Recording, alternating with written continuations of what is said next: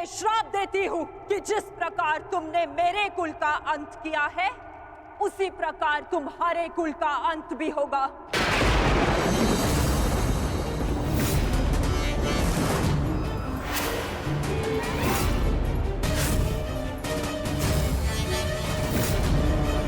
तुम्हारा कुल भी ऐसे ही आपस में लड़कर नष्ट हो जाएगा।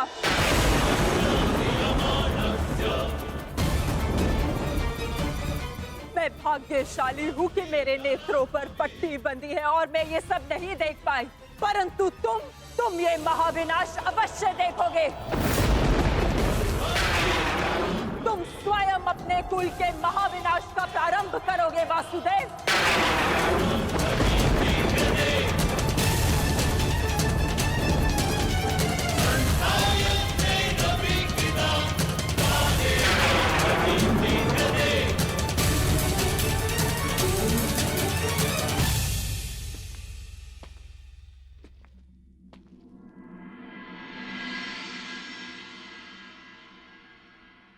जिस प्रकार एक प्रसन्न माता का आशीष संसार में कोई नहीं रोक सकता, उसी प्रकार एक दुखद माता का श्राप संसार में कोई नहीं टाल सकता।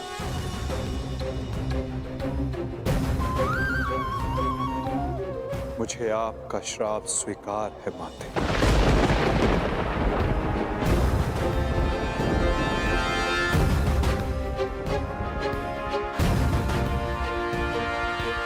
किंतु क्या आपको ज्ञात है कि इस युद्ध का सत्य क्या है? क्या आप जानती हैं कि इस महाविनाश, इस महायुद्ध का वास्तविक रूप क्या है? मेरे साथ चलिए माता, उस कुरुक्षेत्र की रणभूमि पर जो इस महाविध्वंस, इस महाभारत की साक्षी बनी है।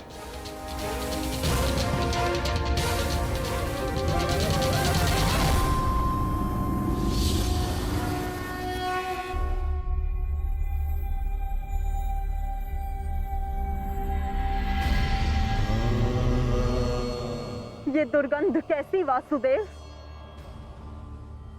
ये दुर्गंध उन वीरों के शवों की है जिन्होंने इस महायुद्ध में अपना बलिदान दिया है माता, परंतु जिन्हें अंतिम संस्कार का अवसर भी ना मिला। ये दुर्गंध यहाँ हुए भीषण संहार के एक एक क्षण का अनुभव करा रही है मुझे। तुमने छल से मेरे एक एक पुत्र का वध कराया है वासुदेव। अपने दिए गए श्राप पे मुझे कतई भी पश्चाताप नहीं है। इस युद्ध से किसी को कुछ प्राप्त नहीं हुआ। ये युद्ध सबके लिए दुर्भाग्य ही साबित हुआ है और तुम्हारे लिए भी ये दुर्भाग्य ही साबित होगा। और आज मेरे श्राप के रूप में तुम भी उस युद्ध से दुर्भाग्य ही लेकर जाओगे। जब आप मुझे अपराधी मान ही चुकी हैं, जब आप मुझे दंड दे ही चुकी हैं, तो आप मेरा कोई स्पष्टीकरण भी स्वीकार नहीं करेंगी माता।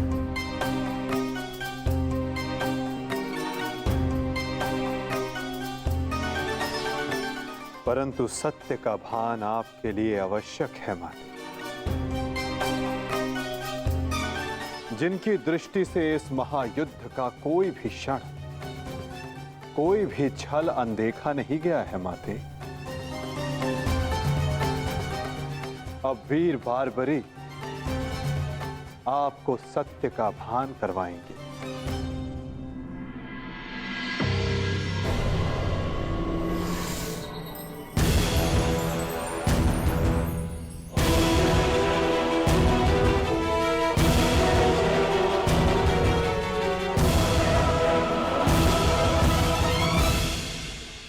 अब आपके समक्ष वीर बारबरीक है गांधार पुत्री, जो आपके पौत्र भी हैं। जो इस युद्ध के एकमात्र दर्शक हैं।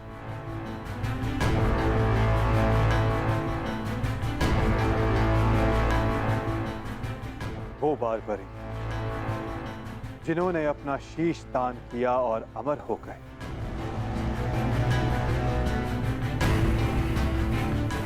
अब वही आपको सत्य का ज्ञान करवाएंगे। वीर बारबरीक की दृष्टि से इस महाभारत का कोई भी बल और छल अनदेखा नहीं रहा है माता। अब बारबरीक आपको सत्य बताएंगे। पुत्र बर्बरिक, तुम स्वयं बताओ, क्या वासुदेव ने छल से मेरे पुत्रों का वध नहीं करवाया है?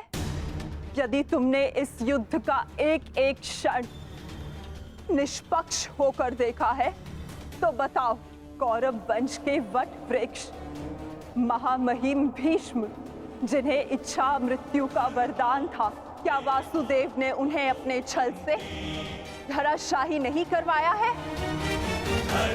क्या वासुदेव ने द्रोण पुत्र अश्वत्थामा की मृत्यु का छल रचकर आचार्य द्रोण का वध नहीं करवाया है? क्या मेरे पुत्र दुर्योधन की रक्षा कर रहे उसके मित्र कर्ण को छल से नहीं मरवाया है वासुदेव ने? पुत्र दुर्योधन पर युद्ध के नियमों के विरुद्ध जाकर प्रहार किया गया, क्या वो वासुदेव का छल नहीं था?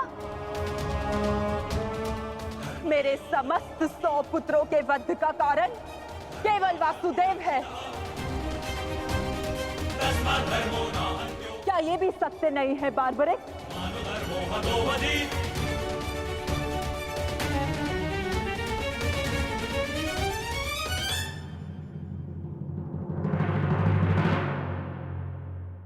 मैं आपसे सहमत हूं माते। ये सब स्वयं वासुदेव ने करवाया।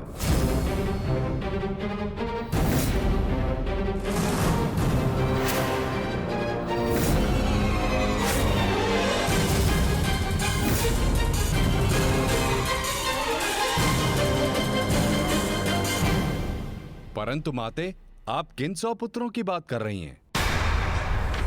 कौन भीष्म, कौन कर्ण, कौन द्रोण और कौन अभिमन्यु? सत्य तो यह है माते कि कुरुक्षेत्र में कोई था तो केवल एक पुरुष, वासुदेव कृष्ण। न कोई भीष्म, न कोई द्रोण और न ही अंगराज कर्ण। जिस पर प्रहार हुए वो वासुदेव ही थे, और जिसने प्रहार किए वो भी वासुदेव ही थे। उनके अतिरिक्त कुरुक्षेत्र में कोई और उपस्थित नहीं था माते। ये तुम क्या कह रहे हो बर्बरिक? इसका क्या अर्थ है? इसका अर्थ शब्दों से नहीं, दृश्यों से समझ आएगा राजमाता।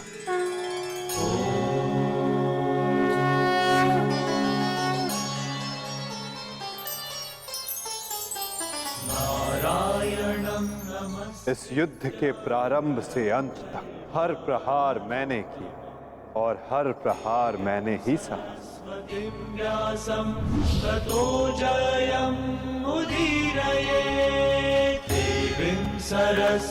धर्म स्थापना के लिए धनुष, गदा, खड्ग, ये सब मैंने ही उठाए और इन सारे अस्त्रों का हर एक प्रहार मैंने ही सहा।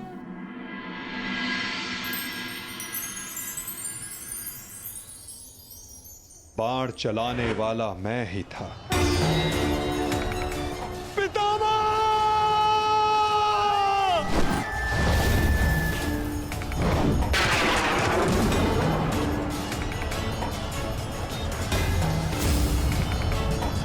और उस बाण को अपने शरीर पर लेने वाला भी मैं ही था।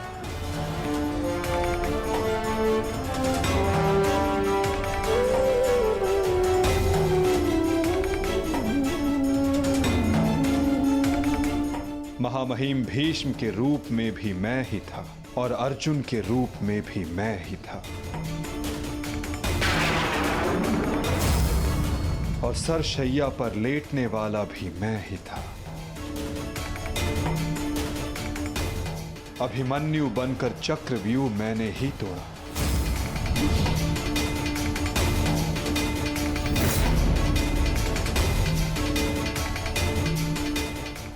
वापस आओ अभिमन्यु, लौट आओ, यू में प्रवेश मत करो। विश्वास कीजिए दात्री। मैं इस चक्रव्यूह को तोड़ सकता हूं, और यदि मेरा सर कट भी जाए तब भी आपका सर गर्भ से उठा रहेगा। और उस दिन मुझे ही घेर कर मारा गया।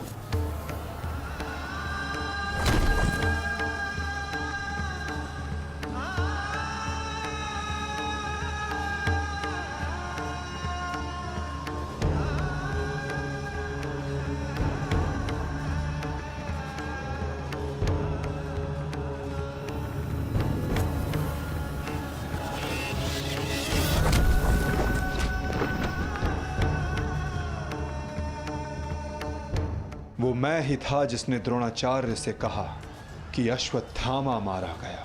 आपने बिल्कुल सही सुना आचार्य द्रोण। अश्वत्थामा मारा गया। द्रोणाचार्य के रूप में अस्त्र त्यागने वाला भी मैं ही था।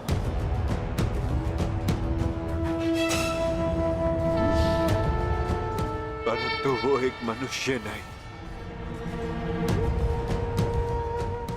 एक हाथी था।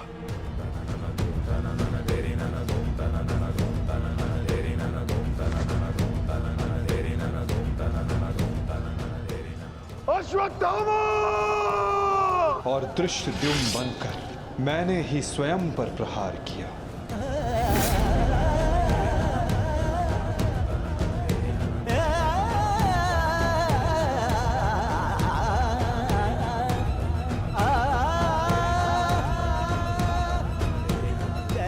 और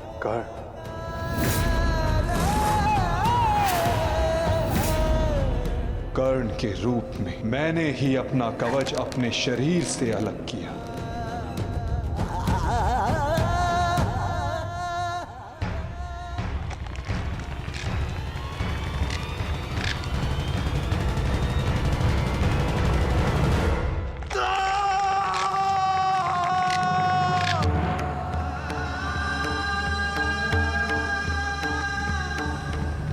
युद्ध के मध्य में मेरे ही रथ का चक्र धंसा और मेरे ही आदेश पर मैंने ही स्वयं पर अंजलि का अस्त्र चलाया। अंगराज को मुक्त करो पार्थ, अंजलि का अस्त्र का प्रयोग करो।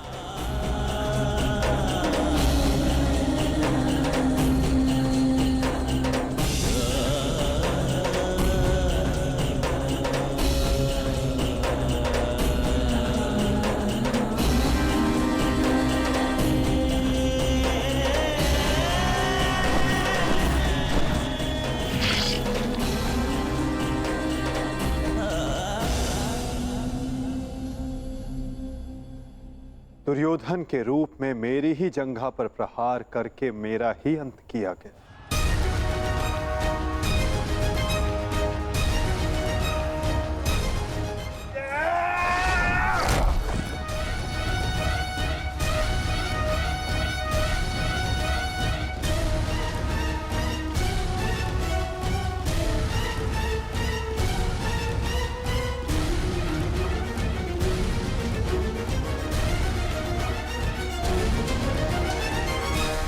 द्रुपद हो या धृष्टद्युम्न, विकोदर भीम हो या अर्जुन, सब में मैं ही था।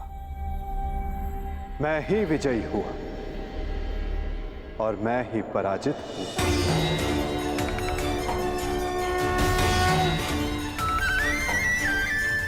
सबसे अधिक प्रहार मैंने की,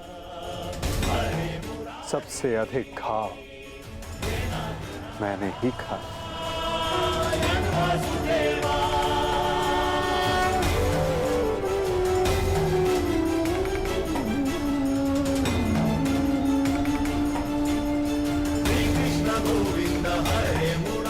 अठारह दिनों के इस महासंहार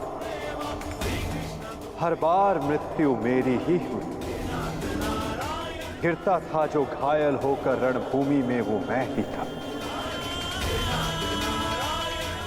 अश्वत्थामा के अंगों से रक्त पीप श्वेत बनकर मैं ही युग युगांतर तक भटकूंगा।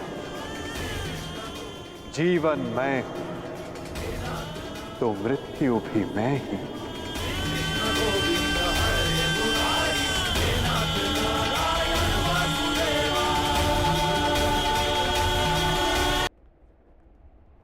श्राप तुम्हारा स्वीकार है माते।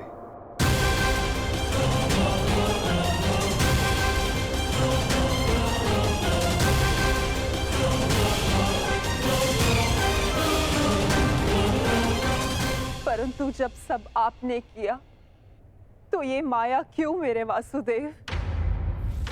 आप सब एक क्षण में ठीक कर सकते थे, तो फिर ऐसा आपने क्यों नहीं किया?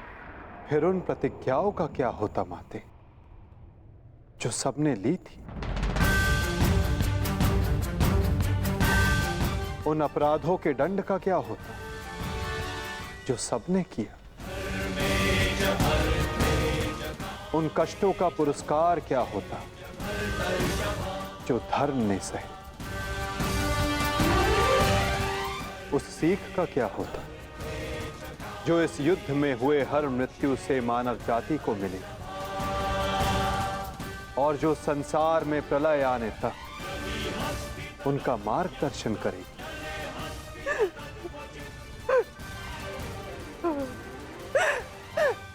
मुझे क्षमा कर दीजिए वासुदेव। मेरा श्राप वापस नहीं लिया जा सकता, परंतु क्षमा अवश्य मांगी जा सकती है वासुदेव। अपने पुत्र मोह में खोकर मैं उचित और अनुचित का भेद भूल गई थी। मुझे क्षमा कर दीजिए केशव कि उस हो रहे अधर्म के विरुद्ध ये गांधारी अपने स्वर ना उठा पाए। क्षमा कर दीजिए।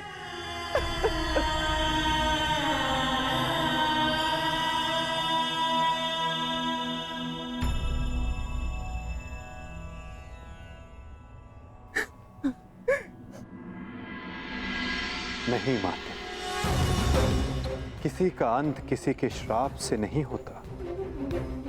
यदि किसी का अंत होता है तो स्वयं के पापों से। यदि यदुवंश का अंत होगा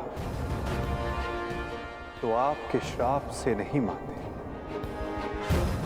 अपितु स्वयं के पाप कर्मों से।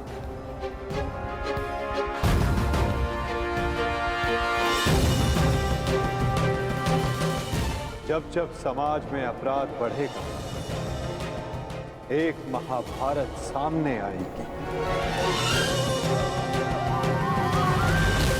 अपने ही अपनों को काटेंगे, कभी कुरुक्षेत्र में तो कभी द्वारका में।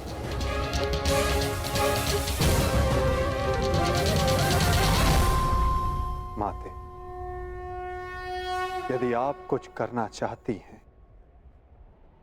तो अपने मन के इस प्रतिशोध की अग्नि को शांत कीजिए और पांडवों को आशीष दीजिए।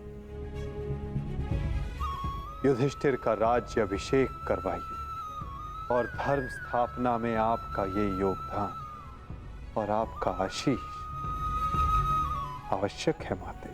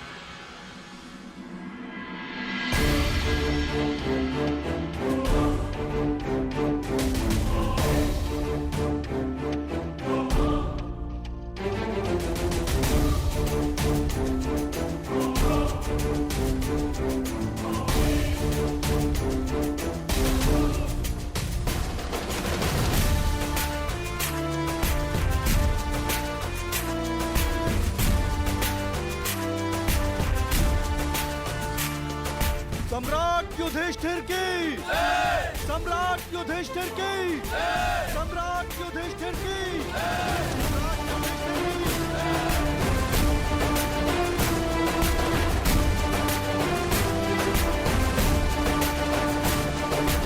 धर्मराज, केवल एक ही वीर था जो परिवर्तन के लिए अंतिम श्वास तक लड़ा। महारथी सूर्य पुत्र कर्ण।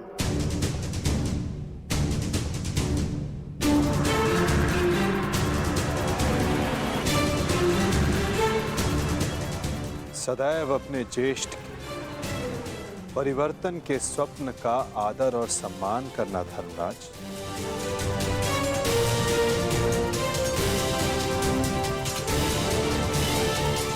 सम्राट पद पर स्थापना के पश्चात मैं पहली घोषणा करता हूं, हस्तिनापुर में अब जन्म आधारित व्यवस्था का अंत किया जाता है।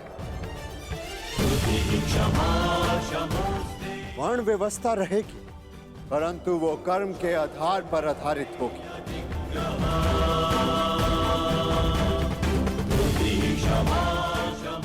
सूत हो या शूद्र हो, सबको शिक्षा का समान अधिकार दिया जाएगा और योग्यता के आधार पर काम, सम्मान और समानता का अधिकार सबको दिया जाएगा।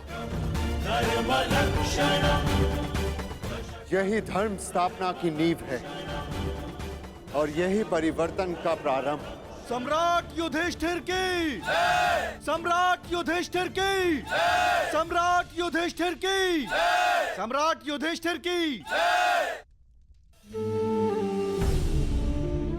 मुझे विश्वास है कि मेरे पश्चात परिवर्तन का अध्याय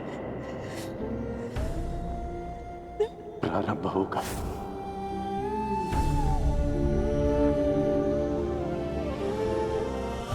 देख रहे हो राधे, तुम्हारे मन चाहे परिवर्तन का प्रारंभ हो चुका है। महाभारत के इस महायुद्ध में 18 अश्वनी सेना और बहुत से महारथियों ने अपने प्राणों का त्याग किया है। मैं उन वीरों के परिवारों को नमन करता हूं।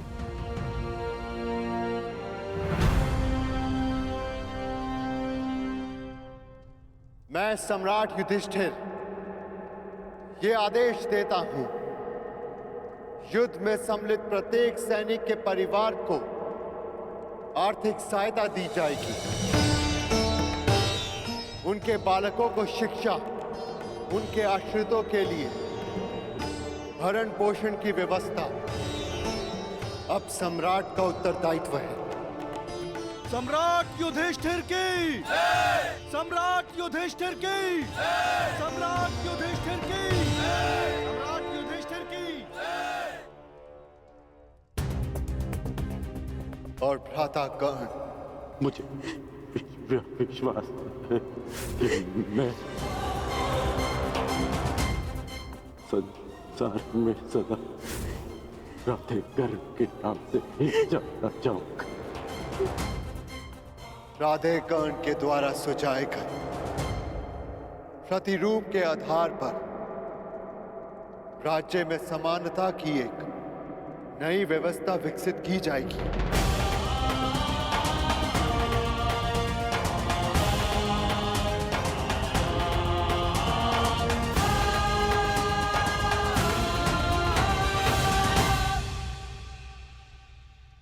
युधिष्ठिर और अन्य पांडवों ने अपने ज्येष्ठ कर्ण के दिखाए परिवर्तन के मार्ग पर चलते हुए एक धर्म राज्य का निर्माण किया।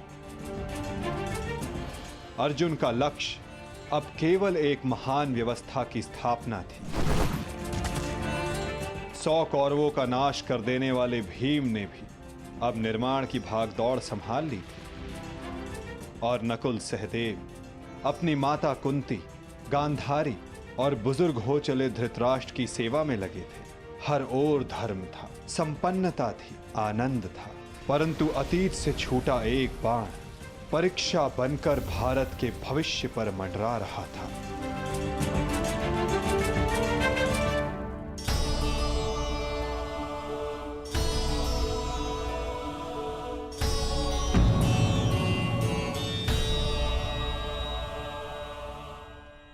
आप सबसे ज्येष्ठ हैं भ्राताश्री।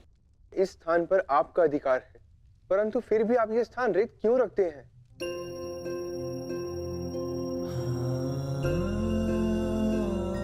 नहीं नकुल, ये स्थान मेरा नहीं है। भ्राता कर्ण हम सबसे ज्येष्ठ हैं और सर्वप्रथम इस स्थान पर सिर्फ उनका अधिकार है।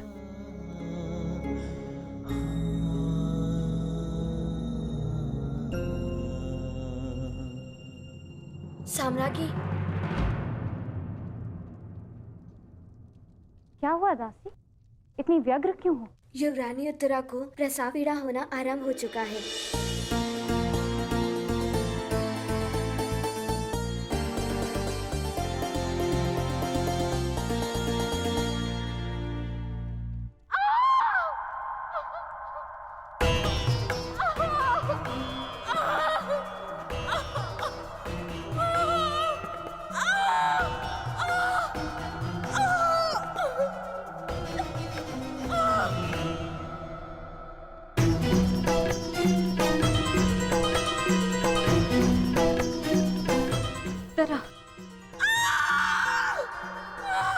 ज्येष्ठ, माता कहाँ है?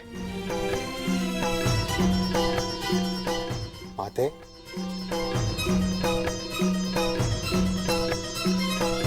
माता, माता वो उत्तरा। हम भीतर जाकर देखते हैं।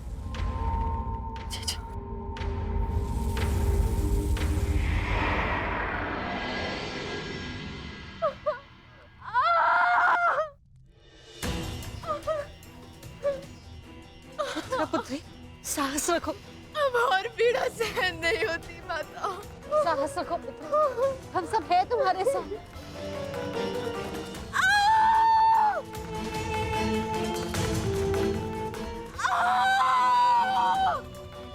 माता, प्रसव पीड़ा तो सबको होती है, परंतु उत्तरा के लक्षण गंभीर हैं।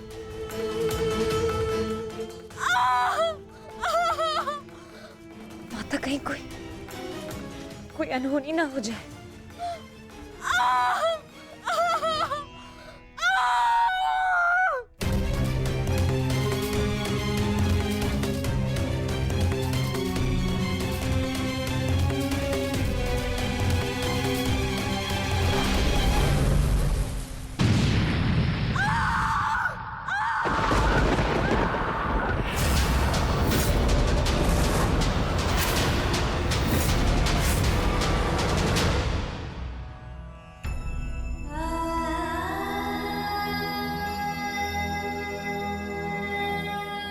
ये क्या अनर्थ हो गया? अब हम क्या उत्तर देंगे उत्तरा को? उत्तरा,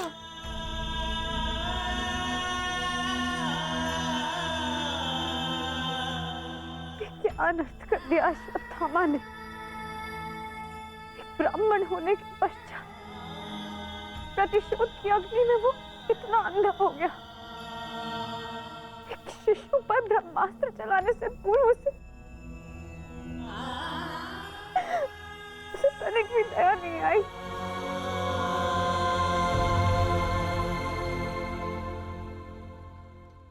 क्षमा कीजिए महाराज, किंतु हम शिशु नहीं बचा सके।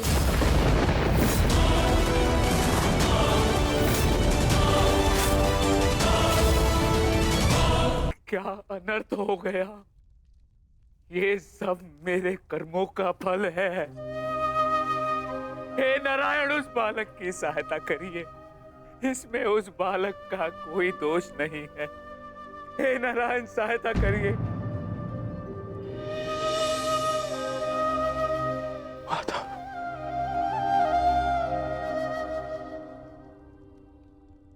माता, कुछ कीजिए माता, कुछ कीजिए। मैं आपसे विनती करता हूँ, हमारे वंश के अंतिम बीज की रक्षा कीजिए, अन्यथा हमारा वंश समाप्त हो जाएगा।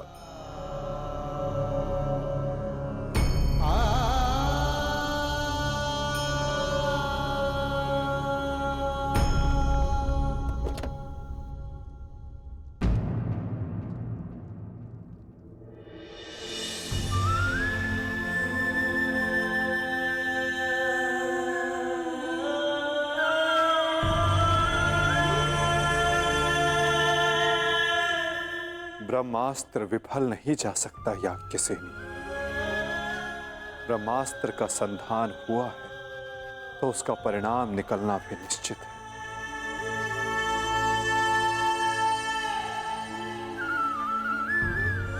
क्या यही धर्म स्थापना है माधव? इस अजन्मे शिशु का क्या दोष जो इससे भी अधर्म का मूल्य अपने प्राण देकर चुकाना पड़ा?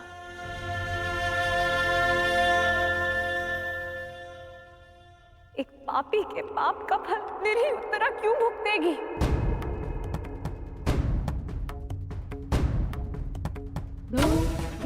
माधव, वो तो इस युद्ध में सम्मिलित भी नहीं थी,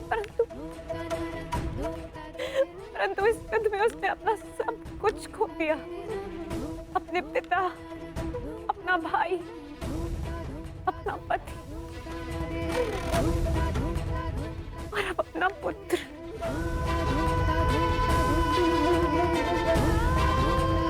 ये कैसी धर्म स्थापना है माधव?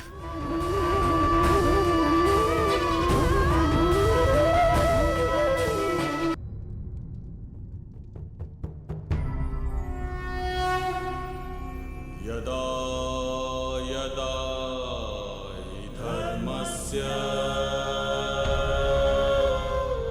ग्लानिर्भवति। यदि मैंने अपने माता पिता का आजीवन सम्मान किया, यदि मैंने अपने गुरु की गुरु दक्षिण संपूर्ण मन से दी, यदि मेरे जीवन का हर कार्य का उद्देश्य शुभ रहा है,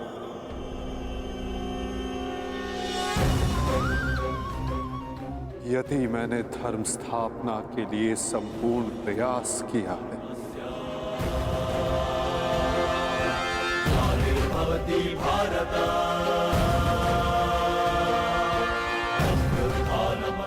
तो ये बालक अभी और इसी क्षण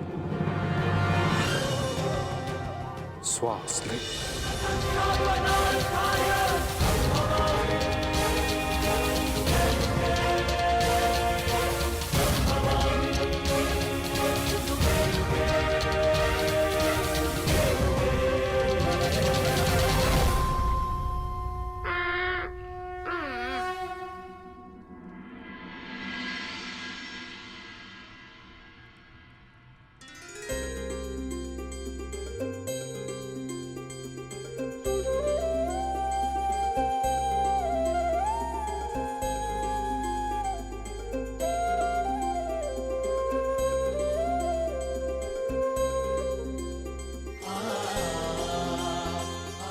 अपने जीवन की सबसे कठिन परीक्षा में सफल हुआ है ये बालक। ब्रह्मास्त्र की कठिन परीक्षा में खरा उतरा है ये बालक,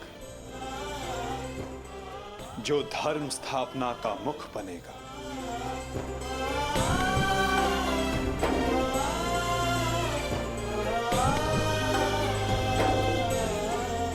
परीक्षित।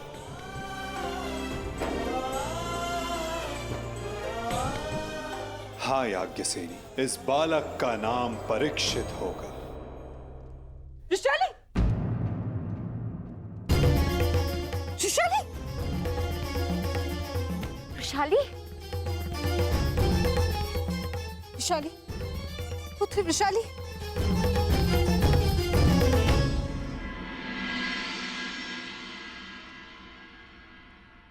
बधाई हो सम्राट। देवी वृषाली माता बनने वाली हैं।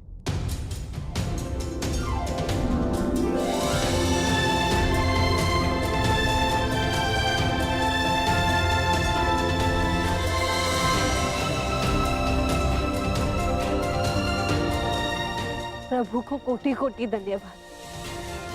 आज एक दिन में दो शुभ समाचार मिले। अब परिवर्तन के दो सूर्य चमकेंगे हस्तिनापुर।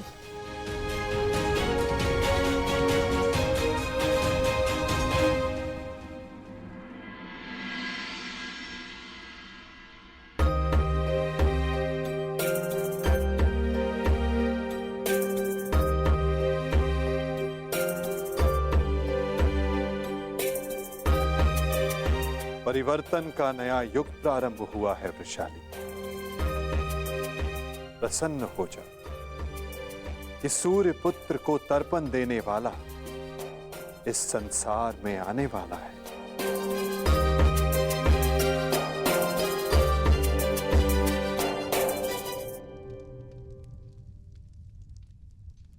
अब आप सब मुझे आज्ञा दीजिए। नहीं माधव, इतनी शीघ्रता की क्या बात है? परीक्षित के 6वें संस्कार तक रुक जाइए। द्वारका प्रस्थान करने का समय आ गया है पार्थ। क्या हुआ माधव? सब ठीक तो है ना? नए परिवर्तन का प्रारंभ हुआ है पार्थ, और परिवर्तन और नाश बचाओ बचाओ बचाओ बचाओ बचाओ। मैं तेरा अंत कर दूंगा। जानता है मैं कौन हूँ? मैं हूँ इस द्वारिका का भविष्य। सांब!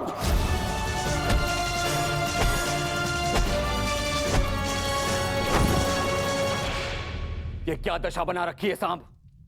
दिन प्रतिदिन तुम्हारा व्यवहार अशुभनीय होता जा रहा है। संभालो स्वयं को। आओ श्री, मुझे समझाने से पूर्व अपने छलिया भ्राता को समझाइए, जिसने बिना अस्त्र शस्त्र उठाए मेरे ससुर के कुल का नाश कर दिया। क्या वो शोभनीय था? अपने पिता के लिए ऐसा भाव पाप है। पाप तो आपके भ्राता ने किया है, मैं तो केवल मदिरा पान कर रहा हूं। संभालो अपने आप को। एक योद्धा को यह सब शोभा नहीं देता। कैसा योद्धा ताजश्री, जिसके हाथ से तलवार छीन ली गई हो, जो अपने मित्र विश्वसेन की सहायता करने का वचन पूरा ना कर सका हो, उस मनुष्य को आप योद्धा कहते हैं? जब युद्ध करने का समय था तो युद्ध नहीं करने दिया। अब इस अपमान को गले से निकलने के लिए इस मदिरा के अतिरिक्त मेरे पास और कोई सहारा नहीं है। मुझे विश्वास नहीं होता कि तुम कृष्ण पुत्र हो। नहीं हूं मैं, नहीं उस छलिया का पुत्र। वो केवल मेरे लिए एक छलिया है, केवल एक छलिया। सांब!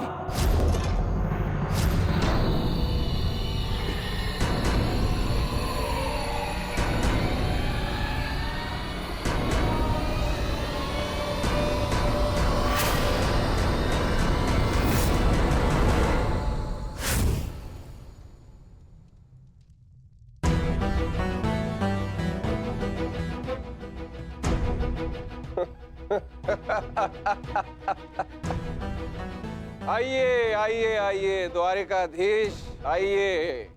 स्वागत है आपका, स्वागत है। लौट आए आप। करा इस आर्यव्रत के सभी महारथियों का अंत। कराए धर्म स्थापना के नाम पर अपना पलड़ा भारी। अब अरे अच्छी, आप देख क्या रहे? स्वागत नहीं करेंगे इनका? इतना महान कार्य पूर्ण करने के पश्चात आज लौटे हैं। आज तो राजभवन में उत्सव होना चाहिए। पांचाल, काशी, मगध, छेदी, सभी महाजनपदों के महान शासकों का अंत करवा डाला, सिर्फ धर्म स्थापना के नाम पर। अब क्या बचा पूरे भारतवर्ष में? पूरे भारतवर्ष में सिर्फ दो महान राज्य। पहला द्वारिका, दूसरा हस्तिनापुर। और हस्तिनापुर का महान शासक धर्मराज युधिष्ठिर पहले से ही अपने चारों भाइयों के साथ इनके तलवे चाटता है।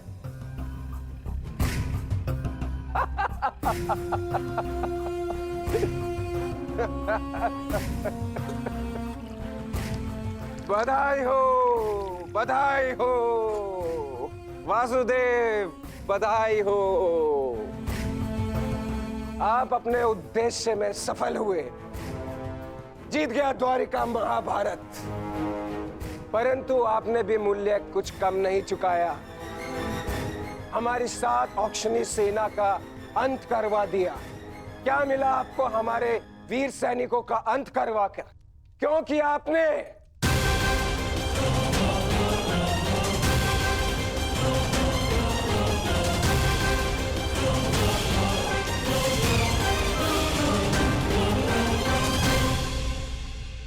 उन सैनिकों ने केवल अपने कर्तव्य का पालन किया था सांब।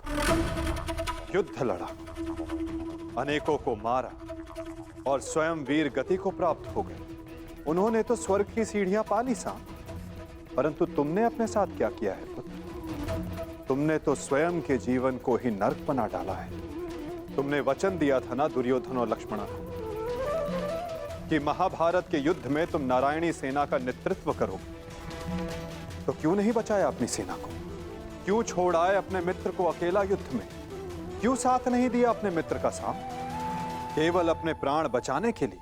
यदि मैं अपने मित्र की सहायता नहीं कर सका तो केवल आपके कारण। आपने रोका था मुझे। मैंने तुम्हें रोका नहीं था साम, केवल विकल्प दिए थे। विकल्प यार में आपने मुझे भयभीत किया था। भयभीत नहीं किया था साम, मैंने केवल तुम्हें यदुवंशी के नियम स्मरण करवाए थे कि यदि नारायणी सेना परास्त होती तो उसके साथ नारायणी सेना का सेनापति अपनी उपाधि खो देता है।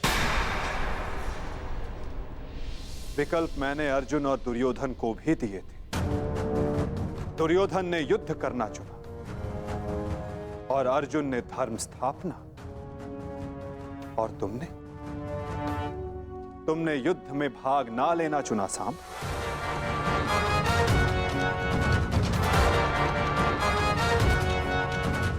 कदाचित यदि तुमने अपने मित्र वीर वृषसेन को उस युद्ध में प्रदर्शन करते देखा होता तब तुम्हें ज्ञात होता कि वीरता की वास्तविक परिभाषा क्या होती है साहब। यदि तुमने अपने प्राण उस युद्ध में गवा दिए होते तो आज मेरा सर गर्व से ऊंचा होता। किंतु नहीं, तुम तो मदिरा के मद में स्वयं के जीवन को धीरे धीरे करके मार रहे हो। लज्जा आती है तुम पर साम, लज्जा आती है।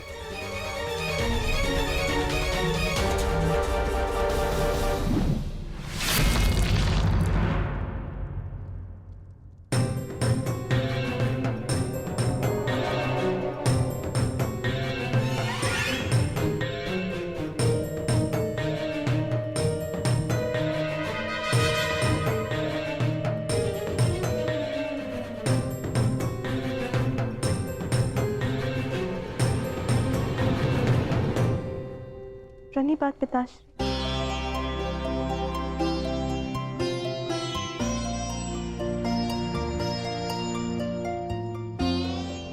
पिताश्री मैं क्षमा। लक्ष्मणा, इतनी लंबी यात्रा से आया हूं पुत्री, भोजन नहीं कराओगी?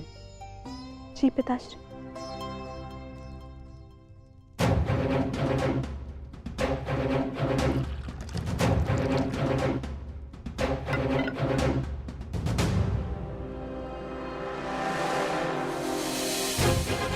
तुमने वचन दिया था ना दुर्योधन और लक्ष्मण कि महाभारत के युद्ध में तुम नारायणी सेना का नेतृत्व करोगे। क्यों छोड़ आए अपने मित्र को अकेला युद्ध में? क्यों साथ नहीं दिया अपने मित्र का साथ? केवल अपने प्राण बचाने के लिए? यदि तुमने अपने प्राण उस युद्ध में गवा दिए होते तो आज मेरा सर गर्व से ऊंचा होता। लज्जा आती है तुम पर साम, लज्जा आती है। अपने क्रोध को शांत करो साम।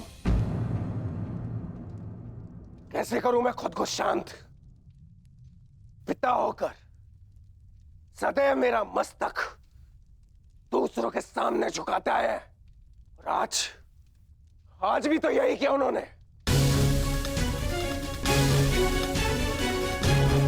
लाओ मुझे दो मित्र।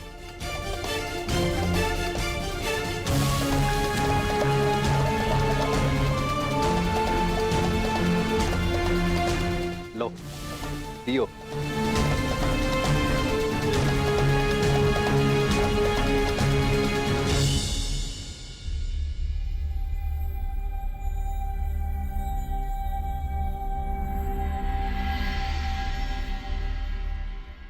भोजन आराम कीजिए पिताश्री।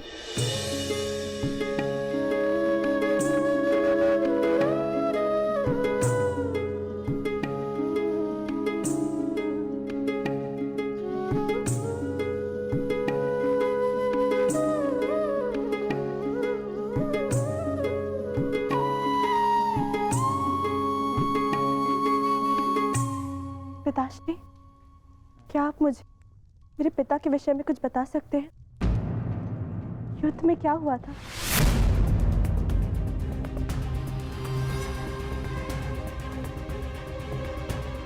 निसंदेह तुम्हारे पिता एक वीर और कुशल योद्धा थे पुत्री, और उन्होंने युद्ध में अलौकिक साहस दिखाया। निश्चित रूप से तुम्हारे पिता से बड़ा गदाधारी इस संसार में और कोई नहीं था पुत्री।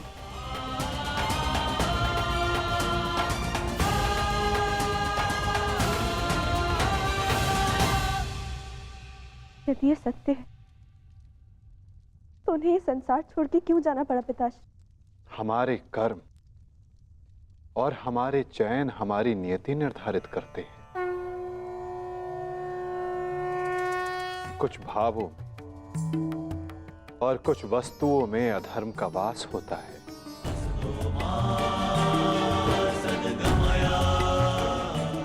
जैसे कि जुआ और मदिरा, ये व्यसन पहले लुभाते हैं और बाद में हमारे ही नाश का कारण बन जाते हैं पुत्री।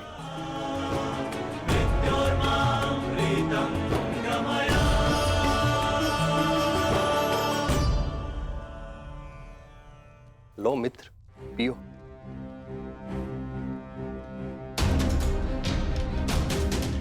मैं जानता हूं कि तुम बहुत दुखी हो, किंतु चिंता मत करो, तुम्हारे मनोरंजन का प्रबंध कर दिया है मैंने। कैसा मनोरंजन?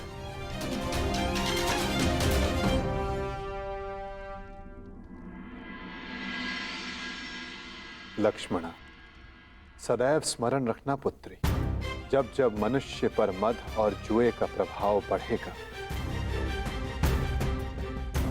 तब तब वो अपने पग अपने पतन की ओर बढ़ाएगा। संभल कर मित्र, आज का विनोद तुम्हारे मन की सारी कड़वाहट बाहर कर ले जाएगा। एक मद्दांध व्यक्ति सबसे पहले अपने बड़ों का आदर करना भूलता है, उनका अपमान करता है, उनका उपहास बनाता है, और उसके पश्चात वहीं से उसका अंत प्रारंभ हो जाता है।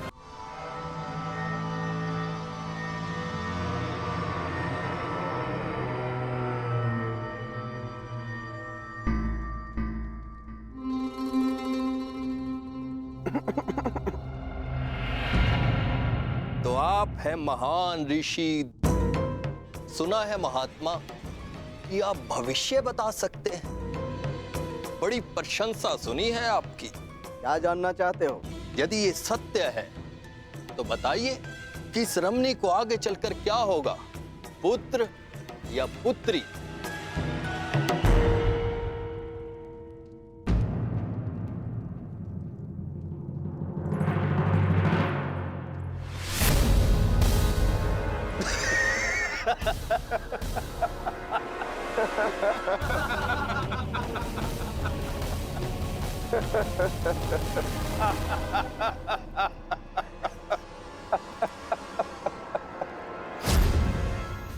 और समय बताना मत भूलिएगा महाराज।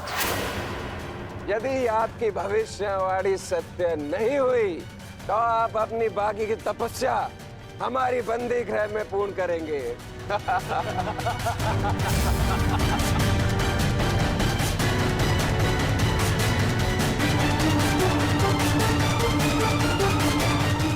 कौन क्यों है महाराज? बताइए, मेरी कोख से क्या जन्म लेगा? मदिरा के मद ने तुम्हारे भीतर के मानव को सुला दिया है मूर्ख। अब तुम केवल उस मूसल की भांति हो जिसमें कोई भावना नहीं होती। वो किसी भी वस्तु पर पड़ता है तो उसे कुचल देता है। ये लीजिए पिताश्री, ये हलवा मैंने विशेष रूप से आपके लिए बनाया है।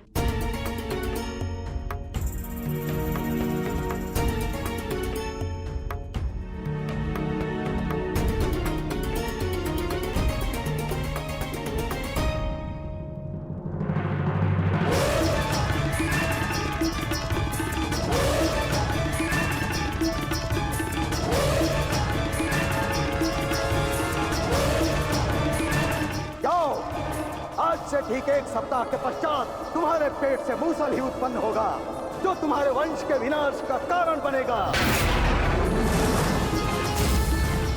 जिस मदिरा के मद में तुमने मेरा अपमान करना चाहा, वो मदिरा तुम्हारे नाश का कारण बनेगी।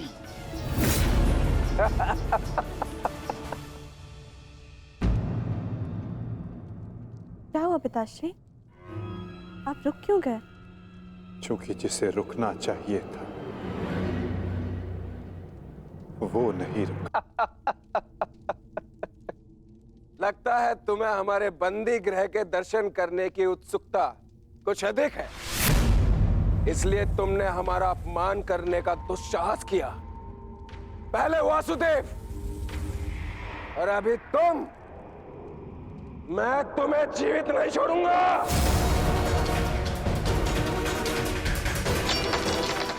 अरे ये क्या कर रहे हो मित्र? शांत हो जाओ और इनसे क्षमा मांगो ताकि अपना श्राप वापस ले ले। ये क्या कह रहे हो तुम? इस पाखंडी से क्षमा मांगू? ये एक पाखंडी है। भला कभी किसी पुरुष के कोख से कुछ जन्मते हुए देखा है? ऐसे ढोंगी साधु से डरने की कोई आवश्यकता नहीं।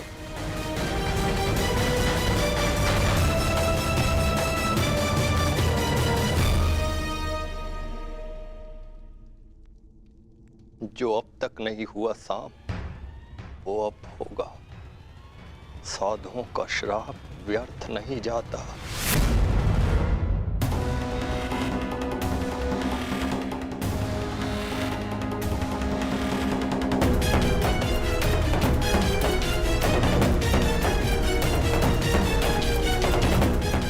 मुझे क्षमा करना पुत्री। कदाचित मैं तुम्हें कह सकता सदा सौभाग्यवती भव।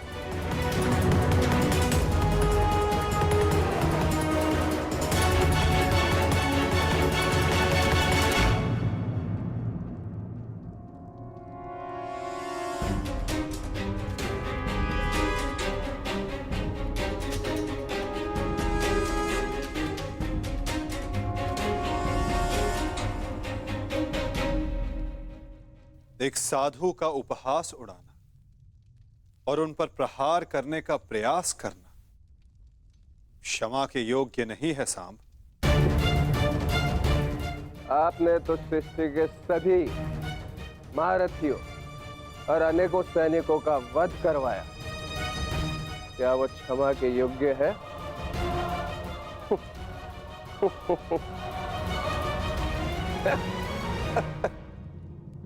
कृतिवर्मा, तुम्हारी उपस्थिति में ये सब हुआ और तुमने सांब को रोकने का प्रयास नहीं किया। क्षमा चाहता हूं वासुदेव, हम तो केवल विनोद करना चाहते थे। मुझे अनुमान भी नहीं था कि बात इतनी आगे तक बढ़ जाएगी।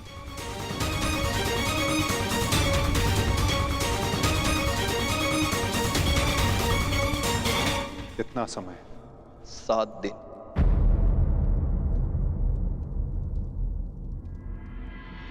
सात दिन बाद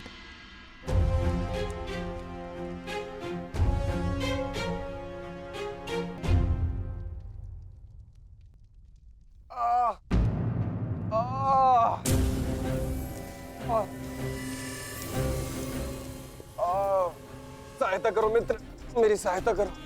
अत्यधिक पीड़ा हो रही है। कैसी पीड़ा हो रही है तुम्हें? लगता है उस साधु का श्राप मुझे लग गया है।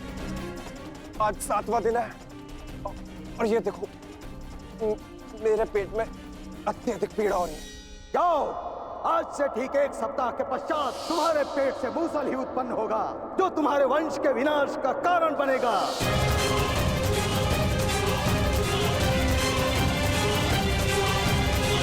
लगता है उस साधु का श्राप मुझे लग गया है। आज 7वां दिन है और ये देखो मेरे पेट में अत्यधिक पीड़ा हो रही है। जाओ, आज से ठीक 1 सप्ताह के पश्चात तुम्हारे पेट से मूसल ही उत्पन्न होगा, जो तुम्हारे वंश के विनाश का कारण बनेगा। इस पीड़ा से मुझे मुक्त करो मित्र, मुक्त करो।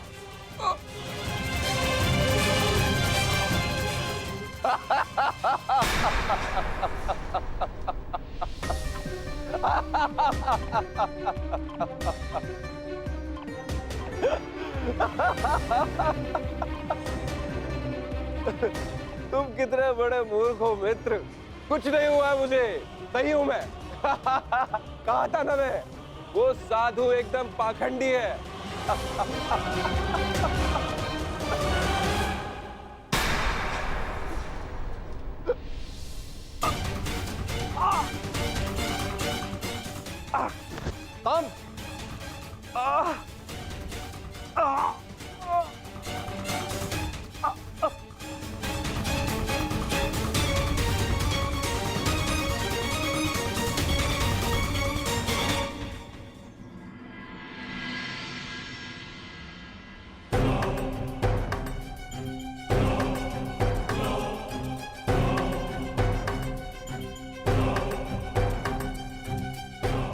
बड़ी विचित्र घटना घटी है वासुदेव।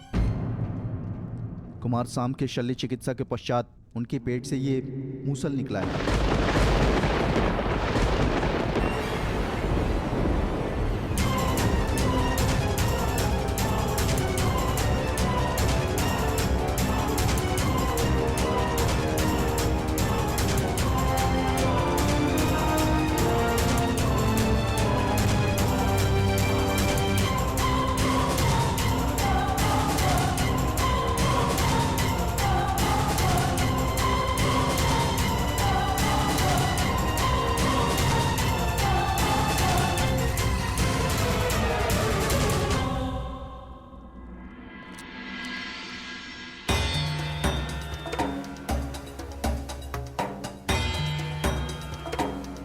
कुमार अब स्वस्थ हैं बलभद्र।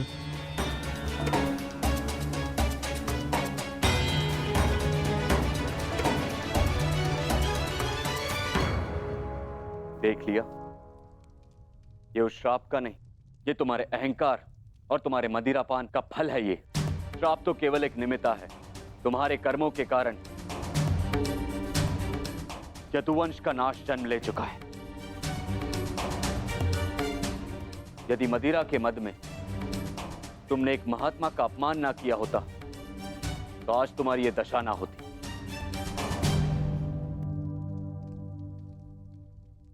अब कुछ नहीं हो सकता था। मनुष्य को अपने कर्मों का फल मिलता ही है,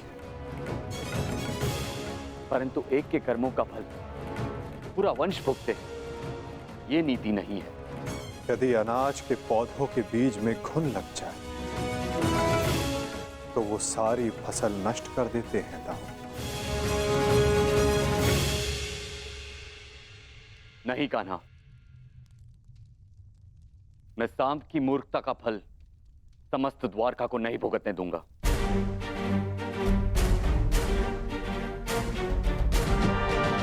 आप इस मूसल का क्या करेंगे दाऊ? श्राप था कि मदिरा पान के कारण द्वारका का नाश होगा।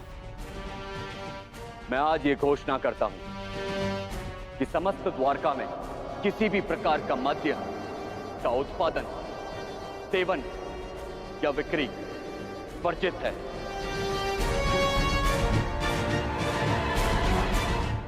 और रही बात इस मूसल की,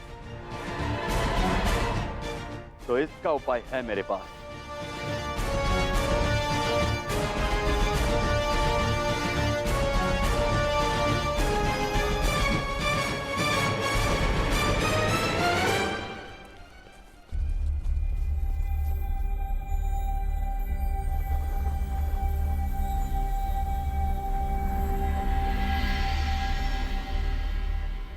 आपके आदेशानुसार मूसल की भस्म बना दी गई है बालभद्र।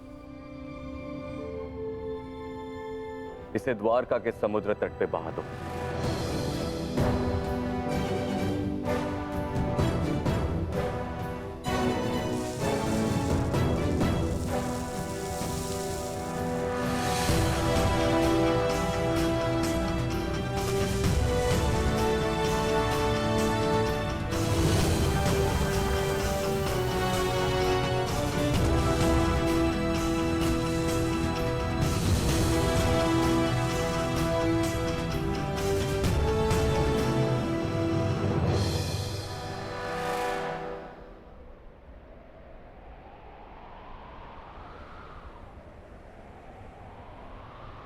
दाऊ, हमारे कर्म ही हमारी नियति निर्धारित करते हैं, केवल सांब के कर्म ही नहीं। कुछ श्राप हैं। मैं तुम्हें श्राप देती हूँ कि जिस प्रकार तुमने मेरे कुल का अंत किया है, उसी प्रकार तुम्हारे कुल का अंत भी होगा। और कुछ पाप भी जो द्वारिका की नियति बनाएंगे। चक्रवात से घर के धराशायी होने का भय हमेशा रहता है कृष्णा। इसका अर्थ ये नहीं कि मनुष्य अपने घर की नींव सुदृढ़ ना करे।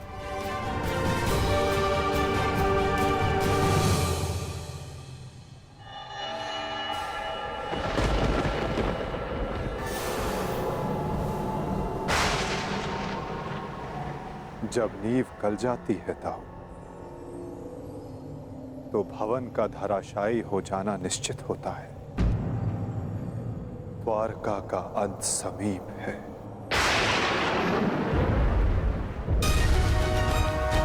नहीं कान्हा, मेरे रहते हुए ऐसा नहीं होगा।